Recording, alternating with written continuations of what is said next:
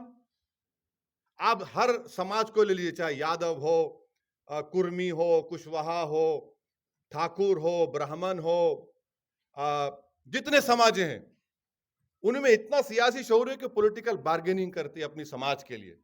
ہم کیا کرتے؟ نہیں بس ہم کو بچا لو، آپ ہمارے گھر کو بچا لو، ہماری مسجد کو بچا لو. ارے پھر زندہ رہنے کا مقصد کیا ہے بتاؤ؟ پھر آج آپ کتنے سال جئیں گے؟ 60 سال، 70 سال، اس کے بعد سب بیماریاں لگ جاتے. ارے آپ یہ بھی تو دیکھو کہ بھائی ہم کیا کر رہے ہیں فیوچر کے لیے. آپ اس کے بارے میں سوچئے. اب اہم بات اور ایک بات، جب 2009 میں جب ڈیلیمیٹیشن کمیشن بنا، کلدیپ سنگھ صاحب کا کمیشن بنا تھا ڈیلیمیٹیشن کا، تو 2009 میں the delimitation commission was made 2009 سر 2008. تو ہاں تو اس ڈیلیمیٹیشن کمیشن کے پاس جب میں گیا تھا ان سے جسٹس صاحب سے ملنے کے لیے، تو وہ ہم جا کر بیٹھے، پورا پریزنٹیشن دی حیدرآباد کا، اس کے پیرامیٹرز تھے. تو انہوں نے مجھ سے جب پریزنٹیشن ہو گیا تو انہوں نے سب کو باہر جا کر مجھ سے بولے کہ اویسی صاحب ایک بات بتائیے کہ آپ اور مسلم لیگ والے آئے ہیں خالی اس پیرامیٹرز کو بنیاد بنا کر کیرلا اور حیدرآباد کی پارلیمنٹ کانسٹیٹوئنسی بتانے کے لیے، آپ کے سماج کے لوگ کیوں نہیں آتے؟